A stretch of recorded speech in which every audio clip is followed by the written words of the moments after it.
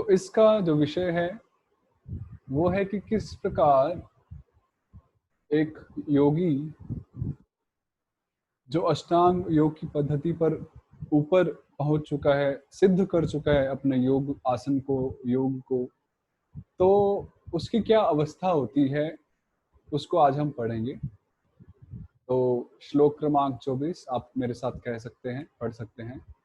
संकल्प प्रभवान कामान् त्यक्त्वा सर्वान् शेषतः मनसैवेन्द्रिय ग्रामं विनियम्य समन्ततः शनैः शनैरुपरमेत् बुद्ध्या धृतिगृहीतया आत्मसंस्थं मनः कृत्वा न किंचिदपि चिंतयेत्। तो ऐसा योगी जिसने अपनी योग साधना को सिद्ध कर लिया है वो कैसा होता है, उसकी क्या मनोदशा होती है, क्या अवस्था होती है, उसको भगवान बता रहे हैं। संकल्प प्रभवान कामां त्यक्त्वा सर्वान अशेषतः, कि ऐसा जो योगी होता है सर्वान अशेषतः सभी संकल्प जो संकल्प प्रभवान कामान, जो उसकी काम वासनाएं होती हैं, जो भौतिक काम वासनाएं होती हैं, जो कि मन में उजागर होती है। इसको हमने पहले भी पढ़ा था दूसरे या तीसरे अध्याय में कि जितनी भी हमारी भौतिक काम वासनाएं होती हैं वो हमारे मन में पैदा होती हैं। जैसे हमने सुना था thinking, feeling and willing. Thinking मतलब मन में पहले हम किसी चीज को देखते हैं, आकर्षित होते हैं, तो उसके बारे में चिंतन करते हैं, सोचते हैं। फिर उसके साथ हमारा जो इंद्रियों के साथ, इंद्रिय विषयों के साथ जब इंद्रियों का जो स्पर्श होता है उसका अनुभव हम एडवांस में ही मन में करने लगते हैं कि अगर उस गुलाब जामुन को मैं अपने मुख में डालूंगा तो कैसा स्वाद आएगा, उस तरह से। क्योंकि किसी भी भोग को भोगने से पहले हम मन में भोगते हैं, होता है या नहीं। मान लीजिए आपके घर में बहुत अच्छा कुछ पकवान बनने वाला है, लेट्स से अभी जन्माष्टमी आएगी या कोई फंक्शन है आपके घर में, शादी है, कुछ है, तो आपके घर में बहुत अच्छे अच्छे पकवान बनेंगे। तो पकवान बने नहीं है पर कुछ दिन पहले से आप मन में सोच तैयारी करने लग जाते हो कि हाँ जलेबी बनेगी, गोलगप्पे बनेंगे, टिक्की बनेगी एंड सो ऑन। तो आप भोगने से पहले ही मन में भोगते हैं, तो उसको कहते हैं फीलिंग, अनुभव, मन में ही अनुभव करना। और फिर विलिंग, तो इस प्रकार मन में ही हमारी जो काम वासना उजागर होती है। तो ऐसी समस्त भौतिक काम वासनाओं को वो व्यक्ति त्याग देता है जो योग की उच्चतम अवस्था को प्राप्त करता है। और वह मनसा एव इंद्रिय ग्रामम, यदि आपने किसी ने संस्कृत थोड़ी बहुत पढ़ी है तो संधि विच्छेद कर पाएंगे। यहाँ बोल रहे हैं मनसा एव इंद्रिय ग्रामम विनियम्य समन्ततः। और ऐसा व्यक्ति, ऐसा योगी अपने मन के द्वारा अपनी समस्त इंद्रियों को विनियम्य, नियमित करता है, नियंत्रित करता है। समन्ततः मतलब सर्वतो प्रकारेण, पूर्ण रूप से। इसमें एक बड़ी इंटरेस्टिंग बात है कि अभी हम जिसकी बात कर रहे हैं वो उस योगी की बात कर रहे हैं जो उस उच्चतम अवस्था को प्राप्त कर चुका है, जिसको योगारूढ़ भी बोलते हैं। परंतु जो व्यक्ति उस पथ को प्राप्त नहीं हुआ है और जो वहां तक जाना चाहता है, इसका मतलब क्या है कि उसके हृदय में अभी सारी भौतिक वासनाएं खत्म नहीं हुई हैं। क्योंकि अभी हम जिसकी बात कर रहे हैं वो है योग आरूढ़, ऐसा योगी जो उच्चतम अवस्था को प्राप्त हो चुका है।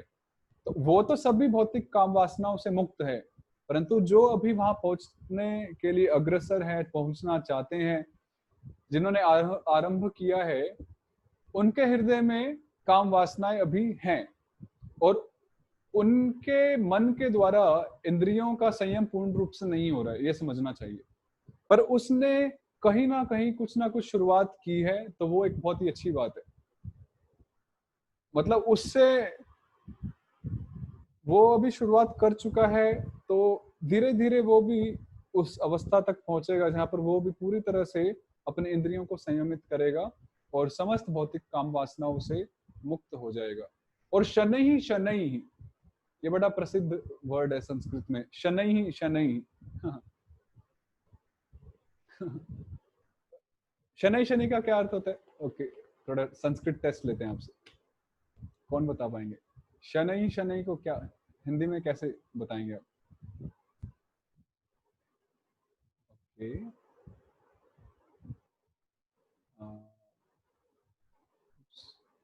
मेरा चैट बॉक्स दिख नहीं रहा एक्चुअली। धीरे धीरे, ओके। एनीवेज, आप सब तो विद्वान लोग हैं यहाँ पे। तो ये शनैः शनैः पढ़ के मेरे को एक चीज याद आई। आज से कुछ 3-4 साल पहले कोई एक बॉलीवुड में कोई गाना निकला था। तो अभी एक कोई व्यक्ति है जो गानों को संस्कृत में ट्रांसलेट करता है और उसको गाता है उसी ट्यून में। तो मैं वैसे बात तो नहीं होनी चाहिए, पर शनैः शनैः शब्द आया तो मैं उससे रिलेटेड बता रहा हूँ। तो था शनैः शनैः मम जीवने आगच्छ। अभी आप बता सकते हो कौन सा है, या नहीं भी बताएंगे तो चलेगा। एनी हाउ, तो शनैः शनैः उपरमेत् बुद्ध्या धृति गृहीतया आत्मसंस्थम मनः कृत्वा न किंचिदपि चिंतयेत्। ऐसा व्यक्ति अपनी बुद्धि के द्वारा, ओके,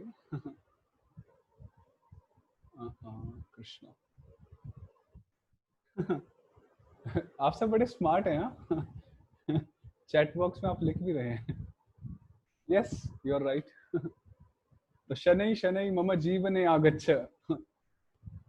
तो जो एक योगी होता है, बैक टू द टॉपिक, वो धीरे धीरे अपनी बुद्धि के द्वारा अपने मन पर नियंत्रित करता है। एक्चुअली इस श्लोक का प्रभुपाद जी बहुत सुंदर ट्रांसलेशन देते हैं, अनुवाद। यदि आप भगवत गीता खोलेंगे, लेट्स सी अगर हमारे पास भगवत गीता यहाँ पर है, नहीं हमने बंद किया एक्चुअली। ओके, तो प्रभुपाद जी बहुत ही सुंदर इसका अनुवाद देते हैं कि अपनी बुद्धि के द्वारा कृष्ण भावना भावित होकर जब व्यक्ति कन्विंस हो जाता है, उसको जब चीजें समझ में आती हैं, तो उस ऐसी बुद्धि के द्वारा वो अपने मन को नियंत्रित करता है, और वो किंचित अपि न चिंतित, वो अन्य किसी वस्तु की चिंता नहीं करता है, किसी और का चिंतन नहीं करता है, सिर्फ अपने लक्ष्य के बारे में ही सोचता है। तो आइए भगवान आगे और बताते हैं कि मन का नियंत्रण कैसे किया जा सकता है। बड़ा अच्छा श्लोक है, मुझे बहुत सुंदर लगता है, तो हम सब साथ में गा सकते हैं। यतो यतो निश्चलति मनश्चंचलमस्थिरं ततो ततस्ततो नियम्यैतद् आत्मन्येव वशं नयेत्। अभी भगवान बता रहे हैं अर्जुन को कि यतः यतः निश्चरति मनः चंचलम अस्थिरम, हमारा मन जहां जहां पर यतः यतः जाता है, चरती, ये चरती नहीं है, ये चलती होना चाहिए, सब टाइपिंग मिस्टेक, चलती। तो हमारा मन जहां जहां पर जाता है, चलता है, चलती मतलब चलना, धावती मतलब भागना। तो हमारा मन जहां जहां पर भागता है, दौड़ता है, चलता है।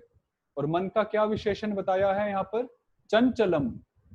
चंचलम मतलब पुनः पुनः चलती इति चंचलम, ये पौन पुण्य न, मतलब वो कंटिन्यूअस रूप से वो चलता है।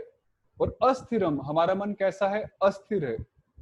तो हमारा जो अस्थिर और जो चंचल मन है, जहां जहां पर भी भागता है, उसको ततः ततः, उसको वहां वहां से नियम्य, उसको नियमित नियंत्रण में लाकर आत्मनि एव वशम नयेत्, उसको परमात्मा के ध्यान में लगाना चाहिए। क्योंकि जब हम भगवान का ध्यान लगाने चलते हैं तो अवश्य 100% हमारा मन दूर भागता ही है।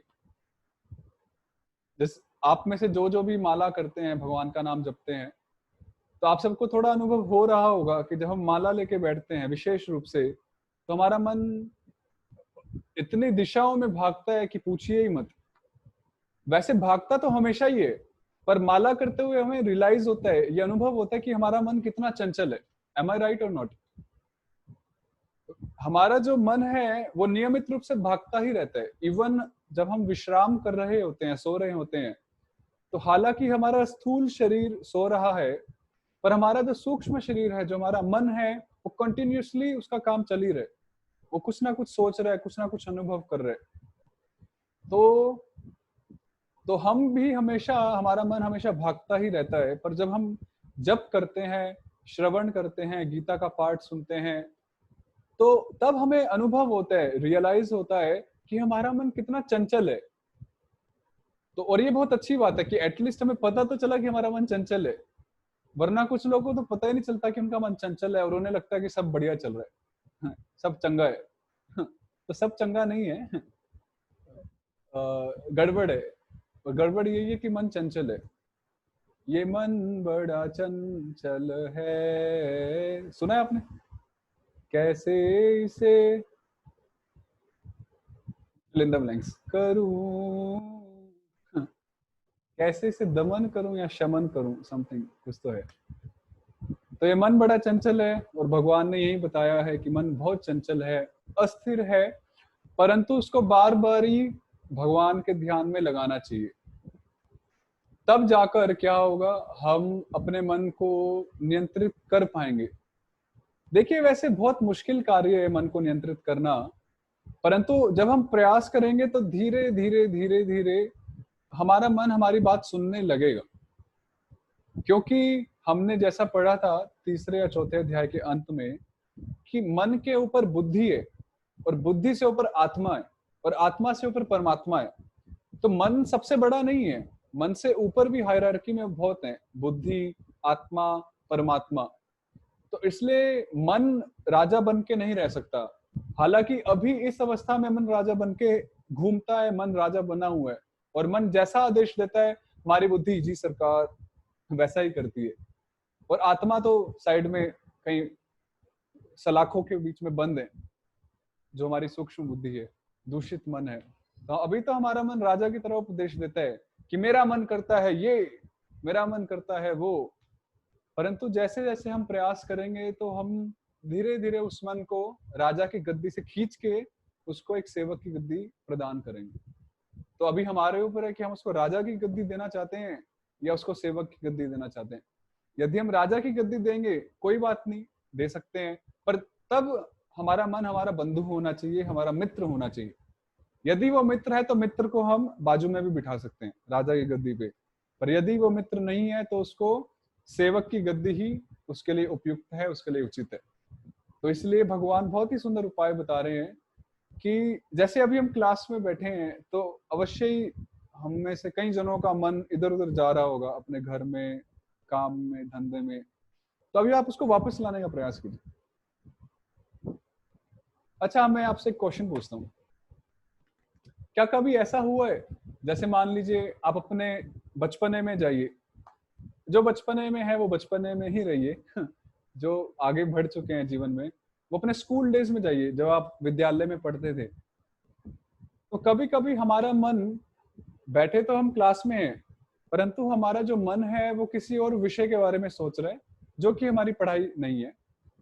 और क्लास में टीचर क्या बता रहे हैं हम कुछ सुन ही नहीं रहे, या सुन रहे हैं तो हम रजिस्टर नहीं कर रहे क्योंकि हमारा मन कहीं और लगा है। क्या ऐसा हुआ है किसी के साथ? यस, ये तो मैं सिर्फ एक क्लास की बता रहा हूँ, ऐसा बहुत सारे अवसरों पर होता है। क्या ऐसा किसी के साथ हुआ है? मतलब ऐसा बहुत होता है। उप्स, हाँ, टिफिन के बारे में, टिफिन के बारे में। तो ऐसा क्यों हुआ? क्योंकि हमारी जो इंद्रियां हैं वो तो सिर्फ एक माध्यम है, पर जो असली जो चीज रजिस्टर होती है, जो अनुभव जो रजिस्टर होते हैं, वो हमारे मन में आके फीड होते हैं, मन में इनपुट आता है, मन में रजिस्टर होते हैं। इंद्रियां तो सिर्फ एक माध्यम है अंदर डालने का, इनपुट्स डालने का। पर मन मन वो एक ऐसा सॉफ्टवेयर बोलिए, मन एक ऐसा गूगल ड्राइव जैसा एक ड्राइव है जहां पर वो चीजें स्टोर होती हैं।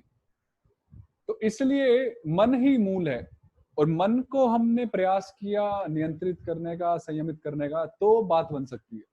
और भगवान वही हमें फॉर्मूला बता रहे हैं कैसे हम मन को शनै शनै उपरमेत धृति, जैसे पिछले श्लोक में हमने पढ़ा था।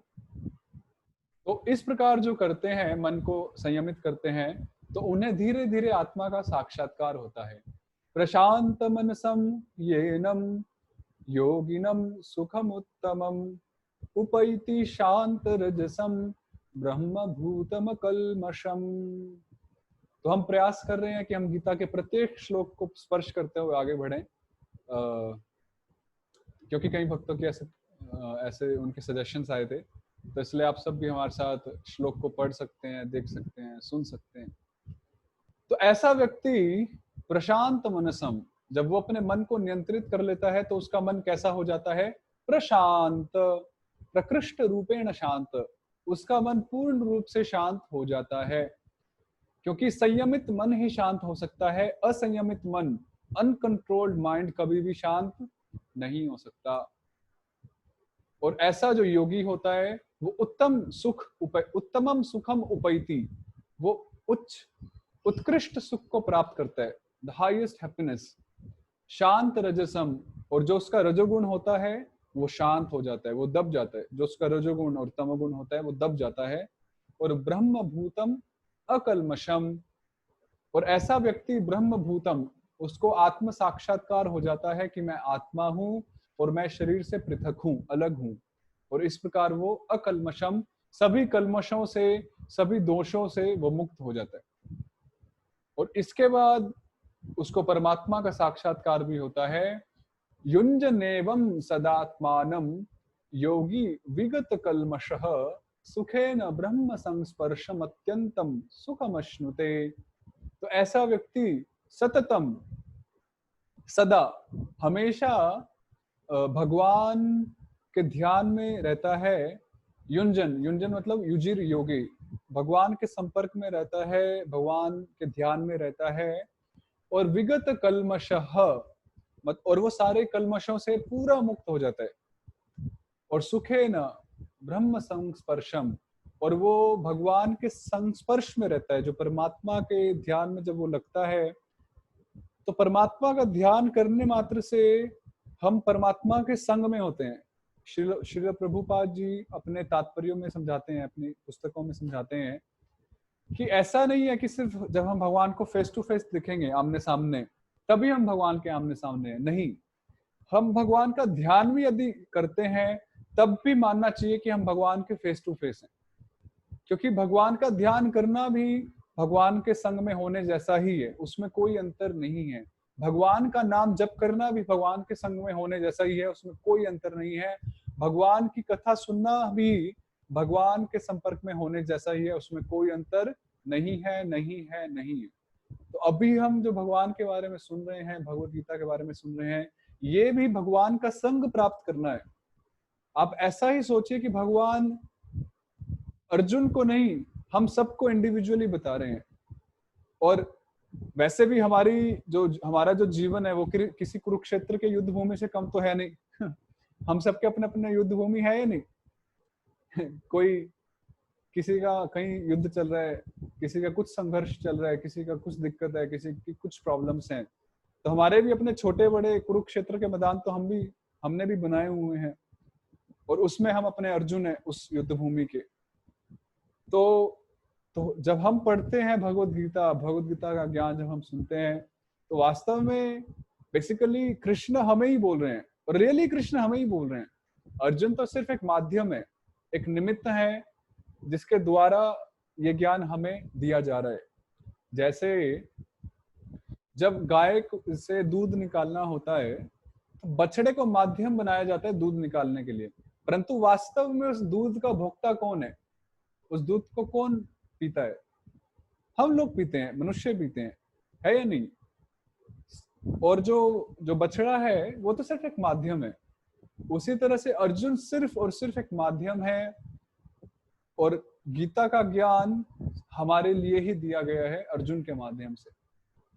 तो इस प्रकार ऐसा योगी ब्रह्म संस्पर्शम, वो हमेशा प्रभु के संस्पर्श में रहता है, संसर्ग में रहता है। और इस प्रकार जो भगवान के संपर्क में रहता है उसको जीवन में कभी भी कोई दुख नहीं हो सकता। इसलिए अत्यंतम सुखम अश्नुते अश प्राप्त, वो अत्यंत सुख को प्राप्त करता है। सिर्फ सुख को प्राप्त नहीं करता है, कैसा सुख प्राप्त करता है? सुख का विशेषण दिया है एडजेक्टिव अत्यंतम। वो सबसे ऊंचे प्रकार का जो सुख है उसको वो अनुभव करता है, उसको वो प्राप्त करता है। ये भगवान से जुड़ने की जो जो फल है, भगवान से जुड़ने का जो फल है, वो यही है कि हम अत्यंत सुख को प्राप्त करते हैं। अभी हम छोटे मोटे सुख प्राप्त कर सकते हैं, शुद्रम सुखम, अल्पम सुखम, परंतु भगवान के संपर्क में जैसे आते हैं तो विशेषण चेंज हो जाते हैं। शुद्रम या अल्पम की जगह पे क्या विशेषण आता है?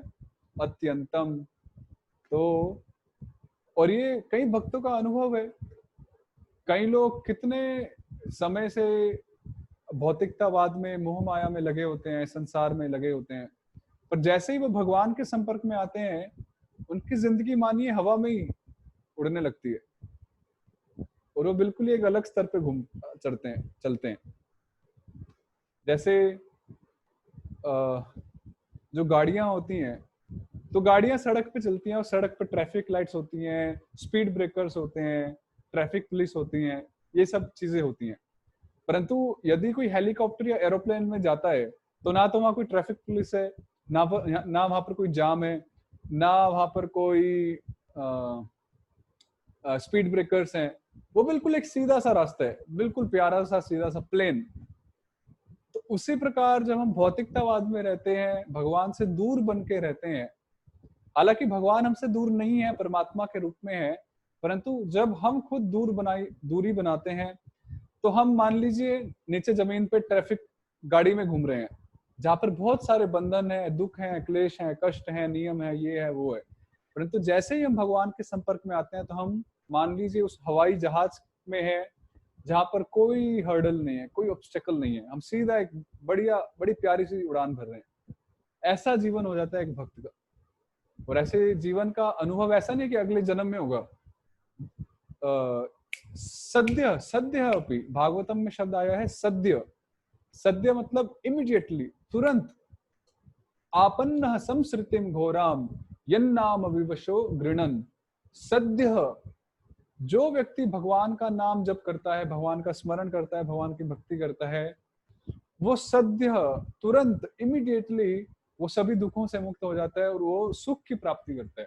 और वो कैसा सुख है? अत्यंतम सुखम अश्नुते।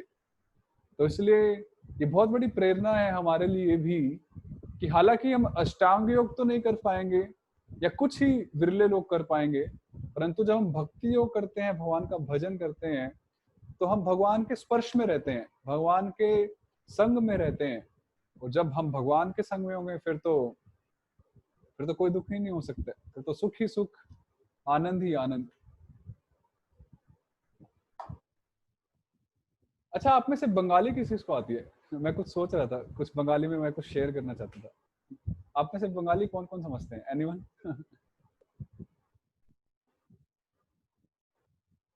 हाँ, कौन कौन समझते हैं बंगाली?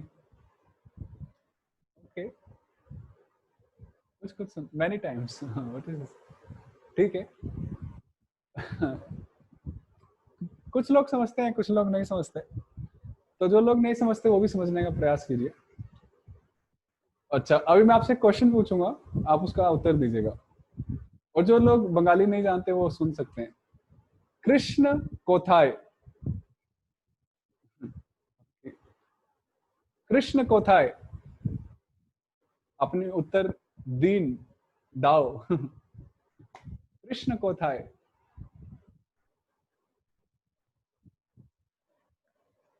या मैंने ट्रांसलेशन करने के लिए नहीं बोला है। कृष्ण कोथाय, आप आंसर दीजिए, कृष्ण कोथाय।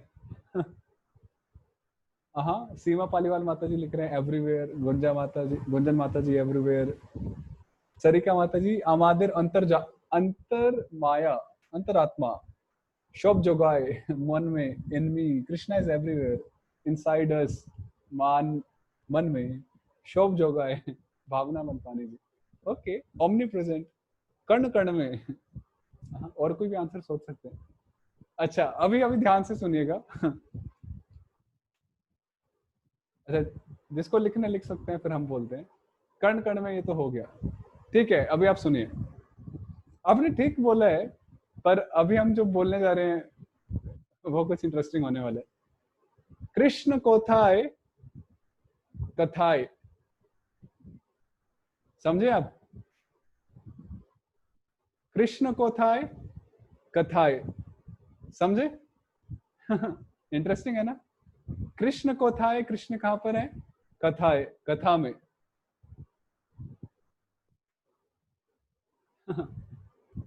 ये बड़ा इंटरेस्ट अच्छा एक फ्रेज है जो मैंने अपने गुरुजी से सुना था कि कृष्ण कहां पर है? कृष्ण अपनी कथा में है। कृष्ण कोथाय, कोथाय मतलब कहां पर, जो लोग बंगाली नहीं जानते, और कथाए कथा में है। तो इसलिए जब हम भगवान की कथा सुनते हैं तो क्योंकि कृष्ण अपनी कथा में ही है, इवन भगवान बोलते हैं कि मैं अपने वैकुंठ लोक में भी वास नहीं करता हूं। क्या श्लोक है? नाहम वसामी वैकुंठे। एक बार नारद मुनि भगवान के पास आए, उन्होंने पूछा, प्रभु प्रभु, मैं जब भी वैकुंठ आता हूँ तो आपकी जो गद्दी है अनंत शेष के ऊपर, वो हमेशा खाली ही दिखाई देती है, रिक्त ही दिखाई देती है, तो आप रहते कहां पर हैं? वैकुंठ में तो मुझे दिखते नहीं। तो भगवान कृष्ण ने बड़ा सुंदर उत्तर दिया, ना हम वसामि वैकुंठे, कि हे नारद, मैं वैकुंठ में वास नहीं करता। अच्छा, तो कहाँ करते हो? क्या योगियों के हृदय में? तो भगवान बोले, योगी नाम हृदय शुवा, और मैं योगियों के हृदय में भी वास नहीं करता। तो नारद मुनि क्या भी पसीने छूटने लग गए कि प्रभु फिर आप रहते कहाँ पर हैं? आपका एड्रेस क्या है? Postal address. यदि मुझे कुछ पार्सल भेजना होगा कल, तो मैं कैसे भेजूंगा? तो भगवान ने क्या एड्रेस बताया? यत्र यत्र मद भक्त गायंती, जहां पर मेरे भक्त कथा का गायन करते हैं, कीर्तन करते हैं, तत्र तिष्ठामि नारद। हे नारद, मैं वहां पर वास करता हूँ जहां पर मेरे भक्त भजन कीर्तन करते हैं और मेरे बारे में चर्चा करते हैं, कथा करते हैं, वहां मैं रहता हूँ, वो मेरी एड्रेस है। और तुम्हें यदि कोई भी गिफ्ट भेजना हो, कोई भी पार्सल करना हो, तो जहां पर मेरी कथा चल रही हो, चाहे वो ऑनलाइन हो या ऑफलाइन हो, वहां पर उसको पार्सल कीजिएगा। तो इसलिए कृष्ण कथाएं कथाएं, तो हम जो कथा करते हैं तो भगवान कथा के प्रेमी हैं। ऐसा नहीं मानना चाहिए कि भगवान को अपनी कथा से क्या लेना देना है, नहीं। भगवान अपनी कथा को भी बड़े प्रेम पूर्वक सुनते हैं और बड़े प्रेम पूर्वक कहते भी हैं। क्या आप जानते हैं, वैकुंठ में लक्ष्मी जी और नारायण जी पूरे वर्ष भर एक दूसरे को भागवत की कथा सुनाते हैं। ये भागवत महात्म्य में लिखा है, पद्म पुराण या स्कंद पुराण में। एक महीने विष्णु जी वक्ता होते हैं, वो कथा सुनाते हैं, और लक्ष्मी जी श्रोता होती हैं, वो सुनती हैं। तो जब एक महीना पूरा होता है तो दूसरे महीने लक्ष्मी जी सुनाती हैं और विष्णु जी बड़े शांत भाव से सुनते हैं, और ऐसे ये क्रम चलता रहता है। शिव जी भी कथा, भागवत कथा सुनाते हैं पार्वती जी को। शिव जी ने पार्वती जी को कथा सुनाई, और ये तो बड़ी प्रसिद्ध कथा है कि कैसे वो तोते ने सुनी और वही तोता सुखदेव गोस्वामी बने। तो इस प्रकार से स्वयं भगवान भी अपने बारे में सुनते हैं और उसमें आनंद लेते हैं। आपको जगन्नाथ की कथा पता होगी कि भगवान कृष्ण का जगन्नाथ रूप कैसे बना। द्वारका में भगवान कृष्ण और बलदेव जी और सुभद्रा जी एक सभा के बाहर गेट से, दरवाजे से, क्योंकि अंदर जाने की अनुमति नहीं थी उन तीनों को, तो बाहर से ही माता रोहिणी वृंदावन की कथा सुना रही थी सभी द्वारका की रानियों को, महिषियों को। तो उस कथा को सुन के, मतलब कृष्ण ने अपने ही कथा को सुना और अपने ही कथा को सुन के उनको अत्यंत भाव, उनका भाव में आवेश हुआ, महाभाव। उनके रोंगटे खड़े होने लगे, कंपन होने लगा, पसीने छूटने लगे, और भगवान महाभाव में आ गए और उनका शरीर सिकुड़ गया। और वही कृष्ण फिर कौन से रूप धारण किया उन्होंने? बोलो जगन्नाथ स्वामी भगवान की जय। उन्होंने फिर जगन्नाथ स्वामी का रूप धारण किया। तो देखिए, इंटरेस्टिंग बात है कि भगवान कृष्ण अपनी कथा को सुन के ही अत्यंत रोमांचित हो गए। तो भगवान की कथाएं भगवान को भी बहुत आनंद प्रदान करती हैं। तो सोचिए, जिसकी कथा जिसको आनंद प्रदान करती है, तो क्या वो हमें आनंद प्रदान नहीं करेंगे? अवश्य करेंगे। और भगवत गीता भी वही कथा है, उसी कथा का भाग है, उसी कथा का अंश है। तो इसलिए सुखेन ब्रह्म संस्पर्शम अत्यंतम सुखम अश्नुते। तो इस प्रकार जब हम भगवान के स्पर्श में होते हैं, संपर्क में होते हैं, कथा कीर्तन के माध्यम से, तो हमें अत्यंत सुख की प्राप्ति होती है। आप सच सच बताइएगा, जितनी देर आप गीता की क्लास सुनते हैं, उतनी देर क्या आप एक फ्री माइंड से नहीं बैठ जाते? और क्या आप सभी चिंताओं से मुक्त नहीं हो जाते? If not fully then partially, yes और नो?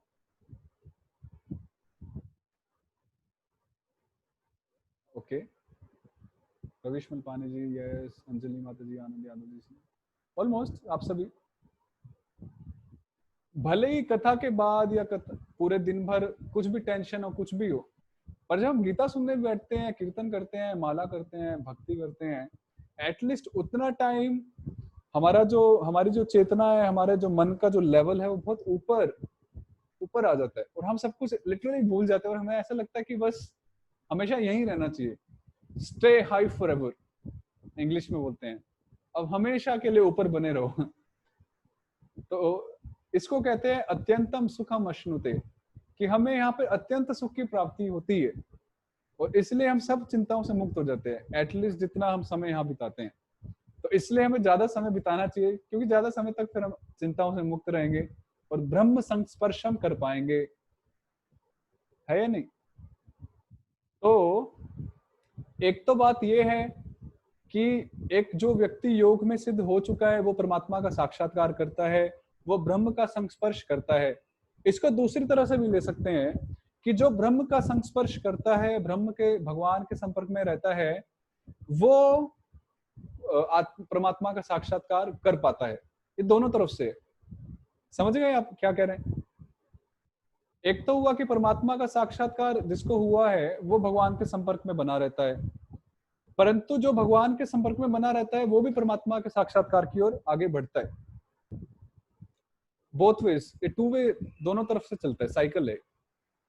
तो हम जितना भगवान का संग करेंगे, उतना साक्षात्कार होगा, जितना साक्षात्कार होगा, उतना अधिक संग करेंगे, जितना अधिक संग करेंगे तो उतना अधिक साक्षात्कार होगा। तो ये साइकिल है, चलती ही रहती है।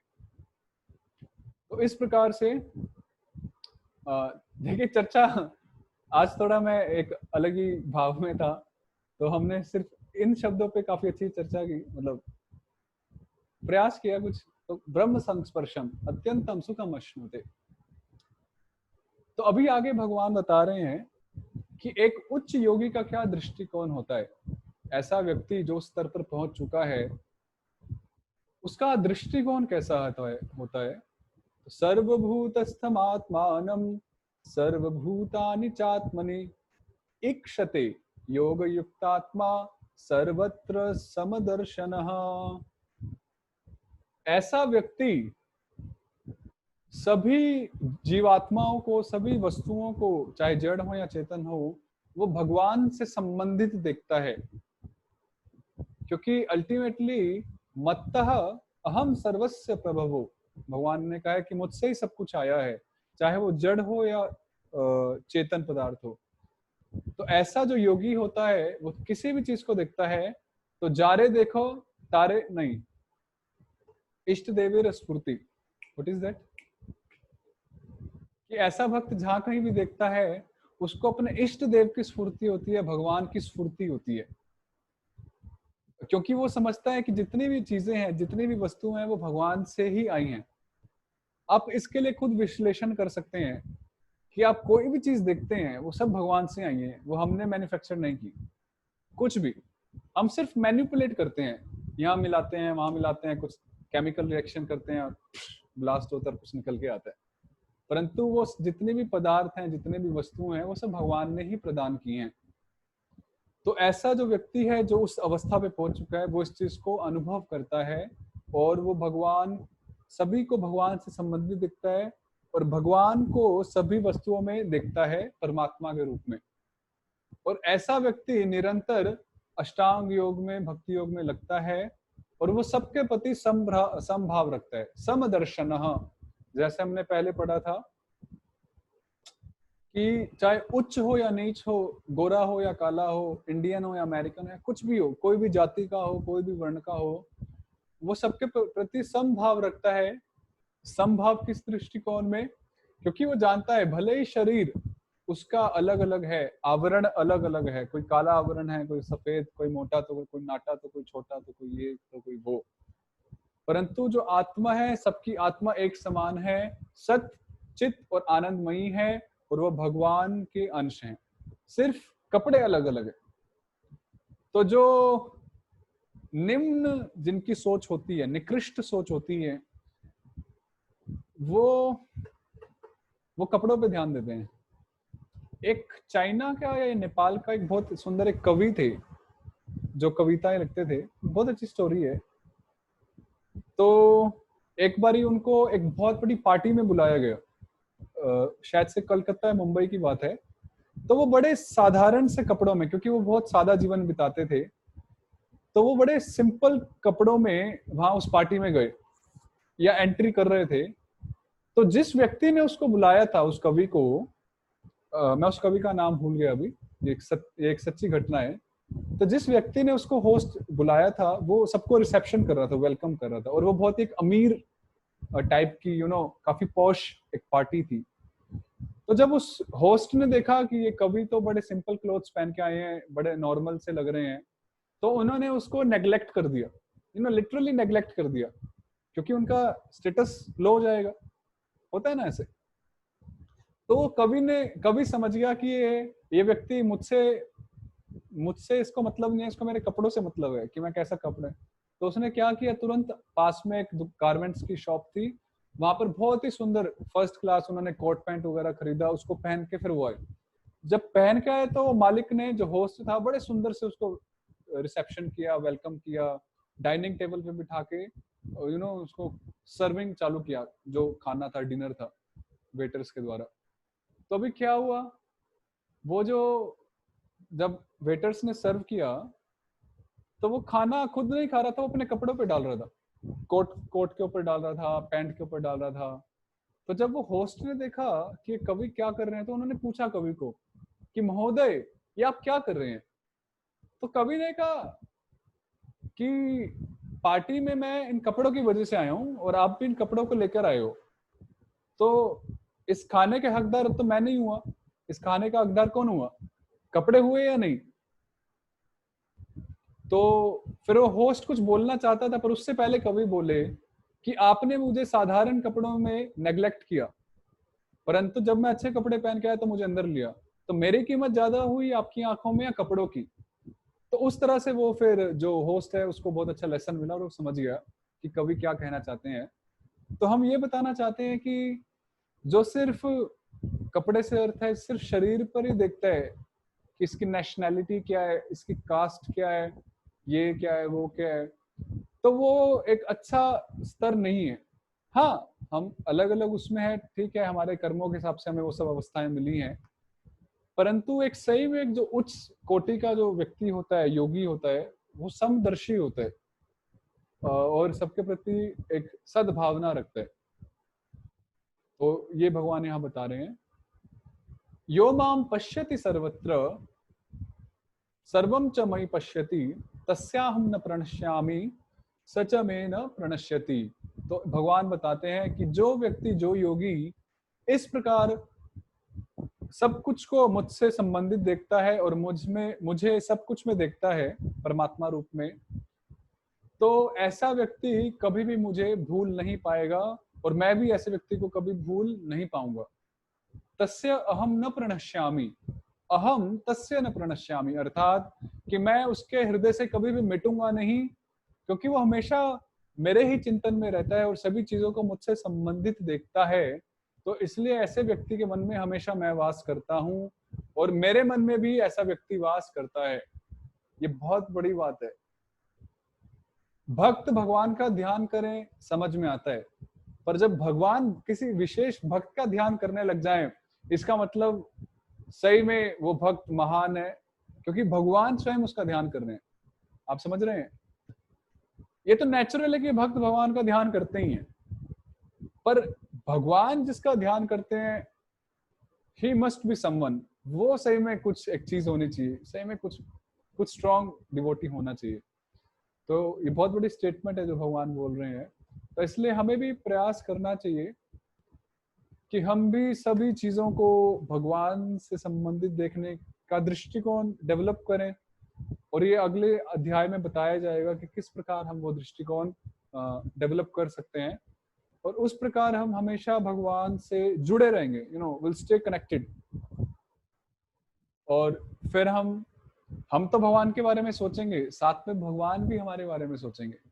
आप सोचिए, लाइक जैसे कुमुद माता जी है, कोई भी आप सब हैं, हम सब हैं, कि भगवान सोच रहे हैं आज मोहन प्रभु ने दिन में प्रसाद नहीं पाया, जस्ट एक एग्जांपल है।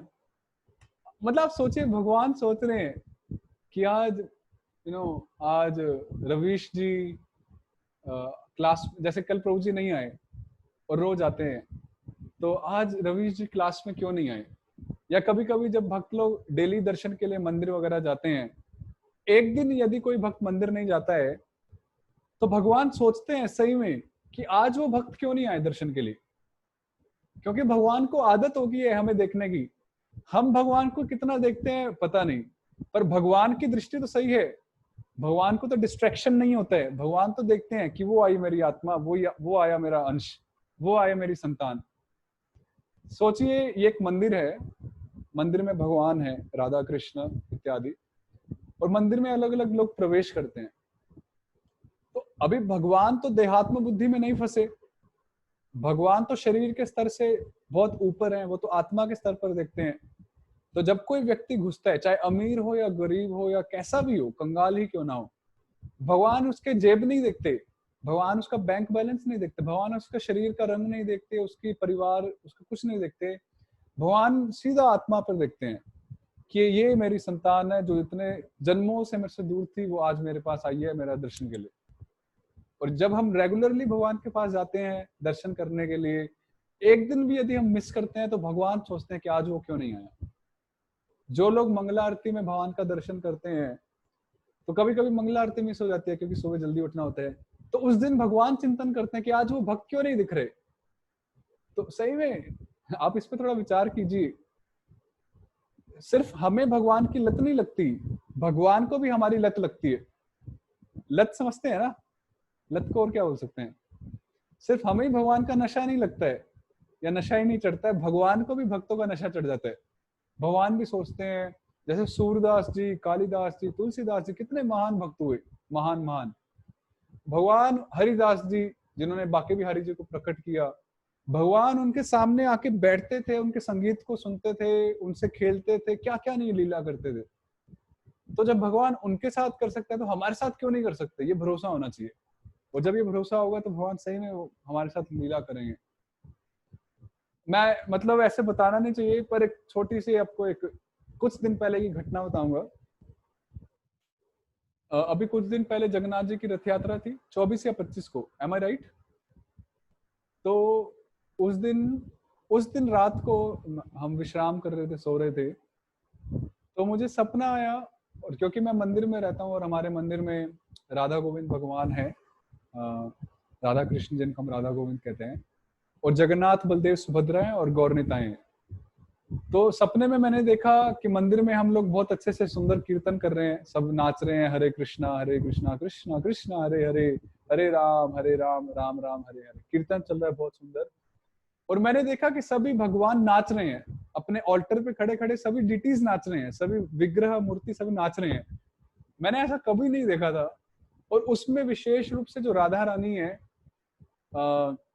जैसे होता है ना किसी भी परफॉर्मेंस के बाद में जो मेन जो व्यक्ति होता है वो ऐसे झुक के ऐसे करते हैं, होता है, देखा होगा आपने। तो पूरा डांस चल रहा है, भगवान भी अपने मंडप पे डांस कर रहे हैं, कीर्तन में भाग ले रहे हैं, और राधा रानी फिर ऐसे झुक के ऐसे कर रही हैं कि धन्यवाद हमारी परफॉर्मेंस के लिए।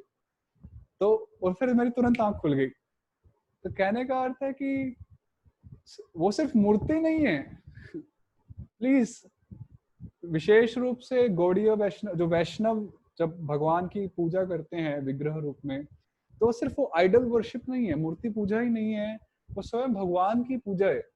और भगवान वहां पर साक्षात खड़े हैं, हमारी सेवा को स्वीकार कर रहे हैं। सिर्फ देखने का एक दृष्टिकोण होना चाहिए, जिसको बोला है इक्षते, देखना।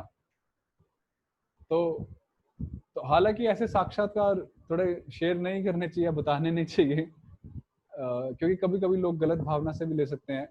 पर मैंने इसलिए शेयर किया कि, और ऐसा नहीं है कि मैं बहुत शुद्ध अवस्था पे पहुंच गया, पर जो भी है भगवान ने कुछ उस दिन रिवील किया, कुछ तो था।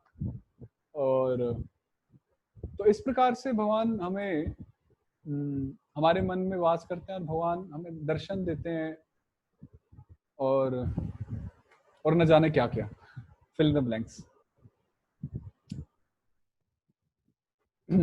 तो इसके बाद 2 श्लोक और हैं आज के लिए, फिर हम यहाँ पूर्ण करेंगे।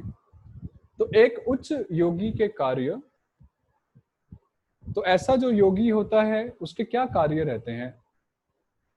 सर्वभूत स्थितं यो माम भजत्येकत्वमास्थितः सर्वथा वर्तमानोऽपि स योगी मयि वर्तते।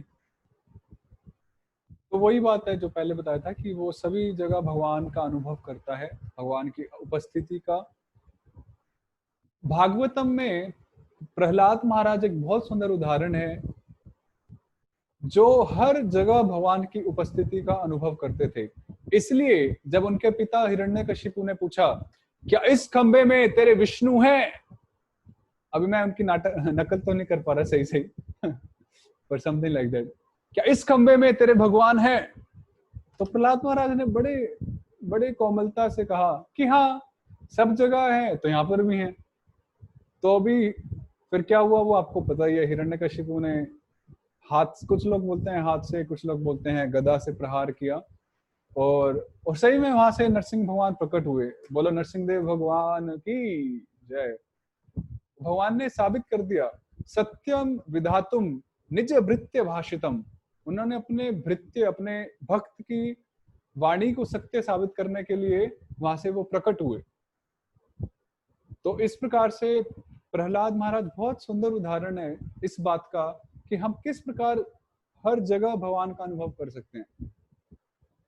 इसलिए हमारे नेता कैसे हो? प्रहलाद महाराज जैसे हो। ऑफ कोर्स आजकल के नेता भी चलेंगे, काम तो चल ही जाएगा, और चल ही रहा है, और चलता रहेगा। परंतु हमारे नेता कैसे हो? प्रहलाद महाराज जैसे हो, ध्रुव महाराज जैसे हो, प्रभुपाद जैसे हो, चैतन्य महाप्रभु जैसे हो, कृष्ण जैसे हो, राम जैसे हो, विष्णु जैसे हो। तो इस प्रकार फिर 32वें श्लोक में भगवान बता रहे हैं, आत्मौपम्येन सर्वत्र समम पश्यति योर्जुन सुखम वा यदि वा दुखम स योगी परमो मतः। ये बड़ा इंटरेस्टिंग कंसेप्ट है, और मैं इसको एक्चुअली थोड़ा इलेबोरेट करना चाहूंगा, पर मैं इसको सोचता हूँ कि कल इसको हम इलेबोरेट करेंगे, क्योंकि ये काफी अच्छा कंसेप्ट है जिसको आज हम भूलते जा रहे हैं। तो इस श्लोक से हम कल आरंभ करेंगे। हालांकि हमारी थीम इस श्लोक के साथ खत्म होती है, परंतु इस श्लोक को मैं विस्तार में चर्चा करना चाहता हूँ, तो हम इसको कल चर्चा करेंगे। तो आज हम यहीं पर विराम देते हैं। तो आप सबका बहुत बहुत धन्यवाद। तो अभी कुछ हम प्रश्न उत्तर लेने का प्रयास करेंगे। ओके, तो जस्ट 1 मिनट प्लीज।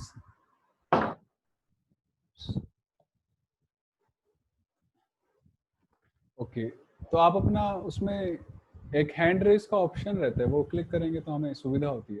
आपका मैनुअल हाथ नहीं उठाना है। वो भी उठा सकते हैं, पर अच्छा होगा कि उसमें एक वो हैंड रेस का ऑप्शन होता है, आप उसको हैंड रेस करेंगे तो हम आपको। तो ठीक है, सीमा माता जी आप उठा रहे थे आपका हाथ, तो just 1 minute please. Hare Hare Krishna प्रभु जी। हरे कृष्ण। आज से मैंने चैंटिंग शुरू कर दी प्रभु जी। हरि बोल। Thank you very much. अच्छा, मेरा प्रश्न ये है कि हम सब गीता पढ़ने में हैं, लग रहे हैं भक्ति के लिए, कि हमें ताकि हम अंतिम समय में कृष्ण का नाम ले सके, हम क्या करते हैं। मेरी एक बहुत खास दोस्त है जो है मुस्लिम। आपकी आवाज जो है वो थोड़ी, जस्ट 1 मिनट प्लीज। कृष्णा।